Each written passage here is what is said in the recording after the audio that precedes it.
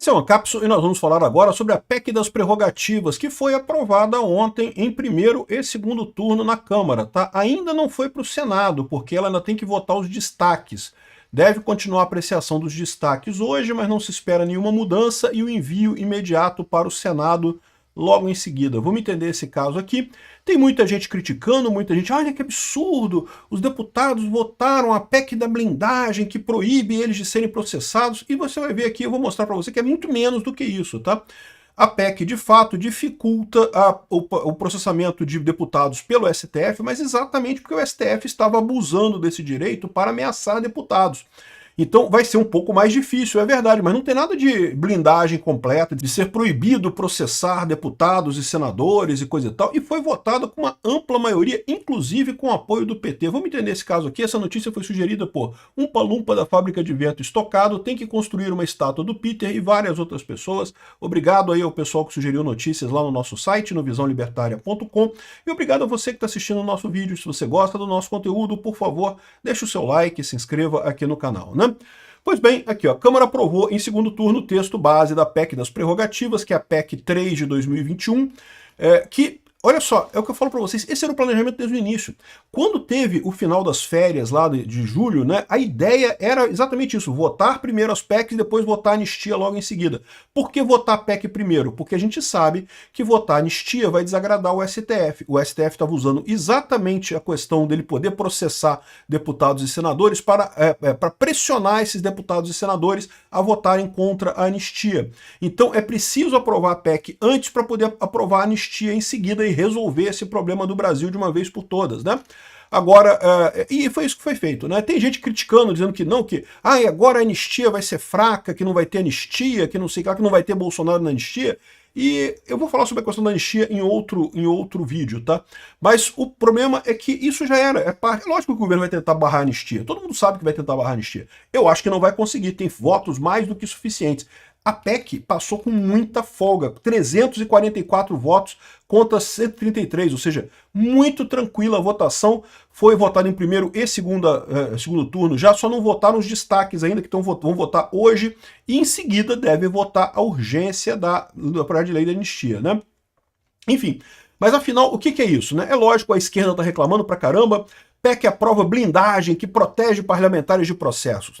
Dificulta que o STF persiga parlamentares, é verdade. Mas se o cara for culpado, ele vai ser condenado do mesmo jeito, né? Aqui, ó, 12 deputados do PT votaram a favor da PEC da blindagem. O governo chegou a dizer que isso não é assunto de governo, que isso aí os deputados que decidem isso daí e não tem problema nenhum porque eles estão preocupados também, porque certamente muitos deputados do PT vão ser acusados pela questão da CPMI do INSS, né? Lembra? Tá rolando a CPMI do INSS, tá rolando a investigação sobre aqueles grupos de aposentados lá, grupos de sindicatos que roubavam aposentados. Então certamente vai ter muito deputado do PT tendo que prestar conta à justiça. Isso aqui ajuda eles, vai ser mais difícil eles serem condenados por conta disso. Agora, isso é preciso. Por quê? Porque o que estava acontecendo é o excesso do STF. O STF estava exagerando, né? Na verdade, essa PEC ela retornou a Constituição para o que era originalmente. Originalmente já era assim. Já precisava de licença da Câmara para iniciar a investigação sobre deputados e senadores. Exatamente por quê? Porque na época da ditadura acontecia isso, aconteciam ações contra os deputados para calar a oposição, né? Então eu acho importante, acho válido. Mas vai dificultar prender os corruptos do PT. Vai dificultar um pouquinho. Mas a verdade é a seguinte, se for corrupção mesmo, se for ataque mesmo, vai acabar passando na Câmara e eles vão ser processados do mesmo jeito, né? Bom, vamos ver o que é essa PEC exatamente, porque a situação é a seguinte, ninguém sabe, não tem lugar nenhum escrito. É aqueles casos em que o pessoal elegeram, colocaram aqui ó, o relator, cadê aqui? Tá aqui, o relator foi determinado aqui, ó, designado o relator o deputado Cláudio Cajado, do PP da Bahia, então ele foi colocado como relator, e aí, o que faz o relator normalmente? Ele pega todos as leis e propostas que tem relativo àquele mesmo assunto, condensa tudo e gera a proposta que vai ser efetivamente votada, né? Só que não tem essa proposta aqui, não teve, já entrou direto na votação disso daqui. O que acontece nesses casos? Ele fez essa proposta, ele passou lá, ele botou num papel lá, rabiscou num papel lá e mostrou para os deputados, isso aqui é a proposta, isso aqui que está valendo para votar, mas não está aqui no site, então a gente não sabe exatamente o que é que vai mudar. A gente tem a visão aqui do original. O que o original fazia? Esse aqui é a PEC 3 de 2021, a alternativa original dela. O que ela falava de importante aqui? A primeira coisa, dizia que as inelegibilidades previstas em lei complementar somente produzirão seus efeitos com a observância do duplo grau de jurisdição. O que é isso? Hoje, se você é declarado inelegível para alguma coisa, você já está inelegível, né?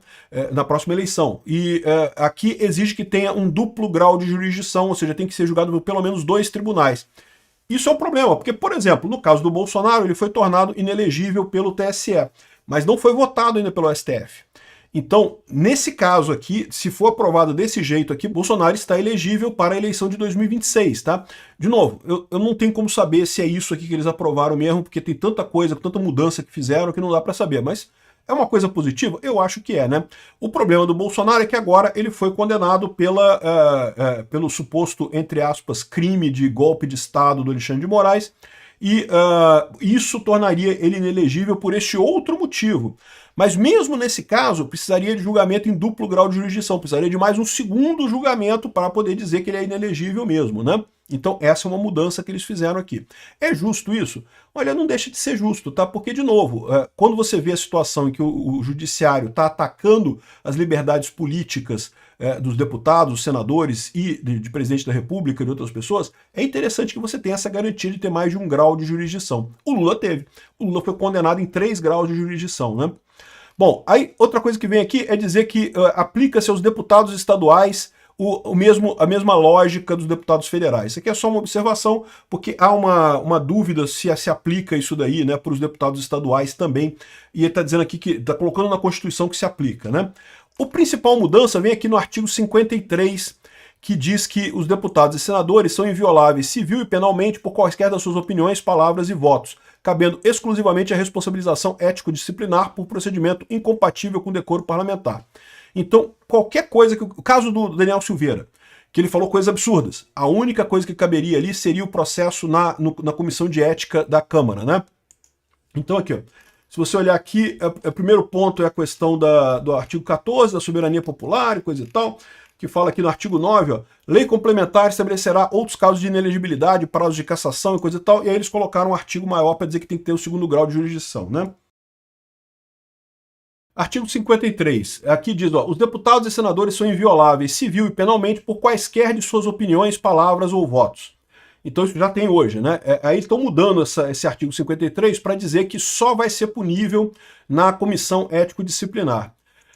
Aí bota mais um monte de coisa aqui, tá? Os deputados e senadores, desde a expedição de diploma, serão submetidos a julgamento perante o Supremo Tribunal Federal nos processos relativos a crimes cometidos durante o exercício do cargo e relacionados às funções parlamentares.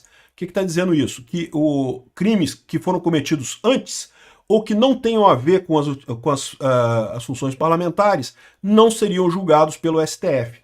Então, por exemplo, o caso do Alcolumbre, que o sócio dele está envolvido em corrupção. Isso, em princípio, não tem nada ligado a ele, não tem a ver com o cargo dele, então não seria o STF a julgar isso.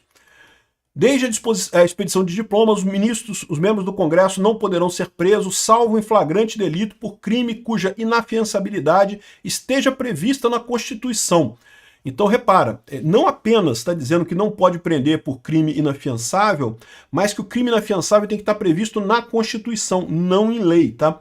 Crime inafiançável são aqueles crimes mais graves que você não tem como fazer fiança ou liberdade provisória nem nada, né? Então, por exemplo, mais uma vez, o caso aqui do Daniel Silveira já não poderia ser preso. Por quê? Porque o Daniel Silveira cometeu um crime, segundo o STF, cometeu crime de ameaça e injúria, difamação, esse tipo de coisa. Só que esse tipo de crime não é inafiançável, nenhum deles é inafiançável. Então, ele não poderia ser preso porque, embora tenha sido o flagrante, a história do flagrante eterno do Alexandre de Moraes, no momento que você publicou um vídeo na internet é flagrante para todo sempre, mas não seria um crime inafiançável, né? Então, hipótese em que os autos serão remetidos dentro de 24 horas à casa respectiva para que se resolva sobre a prisão pelo voto da maioria dos seus membros, né? Então, a única novidade aqui é a questão de exigir o crime inafiançável, né? No caso de prisão em flagrante prevista no parágrafo 2º, o membro do Congresso Nacional deverá ser encaminhado à casa respectiva logo após a lavratura do auto, permanecendo sob custódia até o pronunciamento definitivo do plenário. Então, quando você prende um deputado ou senador, o STF tem que entregar ele para o Congresso. O Congresso vai fazer a guarda dele até ser votada a autorização para o processo dele, né?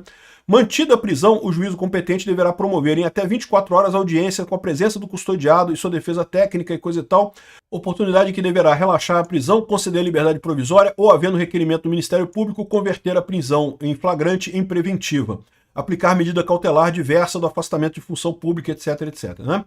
É vedado o afastamento judicial cautelar de membro do Congresso Nacional. É um absurdo realmente você afastar cautelarmente, né? Ele ser afastado depois de ter cometido crime, ok, é outra história. Mas afastamento cautelar antes de julgar o caso, já afastar o deputado, isso é um absurdo, né? É de competência exclusiva do STF a busca e apreensão deferida em desfavor de membro do Congresso Nacional, quando cumprida nas dependências das respectivas casas ou residências parlamentares. De novo, eu estou falando isso tudo aqui, mas esse aqui é o texto original, tá? Isso foi mudado. A gente não sabe o que foi mudado disso daqui. Medida cautelar cumprida nas dependências do Congresso Nacional deve ser executada com acompanhamento da Polícia Legislativa e obedece aos demais requisitos de lei, né? A medida cautelar deferida em desfavor de membro do Congresso que afete direta ou indiretamente o exercício do mandato e as funções parlamentares somente produzirá eficácia após a confirmação da medida pelo plenário do STF. Então, se tiver algum ministro que deu uma ordem para prender algum parlamentar ou alguma coisa assim, isso só tem eficácia depois que for confirmado pelo plenário do STF. Os elementos recolhidos no caso de busca e apreensão ficarão acautelados e não poderão ser analisados até a confirmação que se refere ao parágrafo 12, que é justamente essa medida cautelar, a votação em plenário, né, sob pena de crime de abuso de autoridade nos termos da lei. Então, se tiver busca e apreensão, os objetos ficam retidos, mas não podem ser analisados ainda até ter a votação no plenário do STF.